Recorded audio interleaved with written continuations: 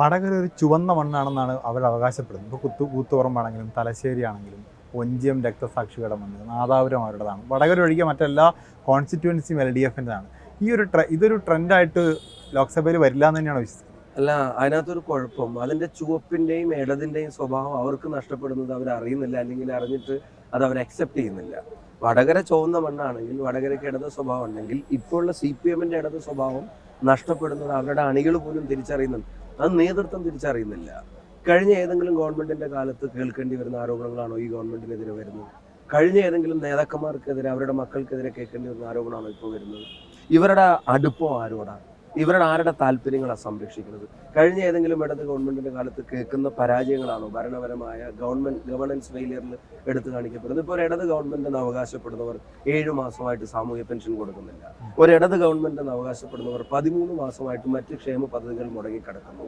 അപ്പൊ അതിനൊരു ഇടത് സ്വഭാവം ഇല്ല.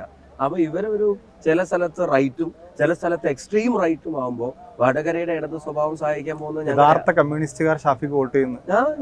ഞാൻ എല്ലായിടത്തും പറയുന്നില്ലേ, അവരൊരു കറക്റ്റീവ് മെഷേഴ്സ് ആയിട്ട് അവരുടെ ഇത്തവണത്തെ വോട്ടുകളെ അവർ കാണും. Correct in this government and party. അതിന് ജനങ്ങളിലെയാണ് ശക്തി എന്നുള്ളത് അവരിപ്പോഴും തിരിച്ചറിഞ്ഞ് വരുന്നേ ഉള്ളൂ. അവരിപ്പോഴും അറിഞ്ഞിട്ടില്ല. ഇപ്പോഴും അവരുടെ നേതാക്കന്മാരുടെ അധികാരത്തിന്റെ പുറത്താണ് അവരിയ്ക്കുന്നത്.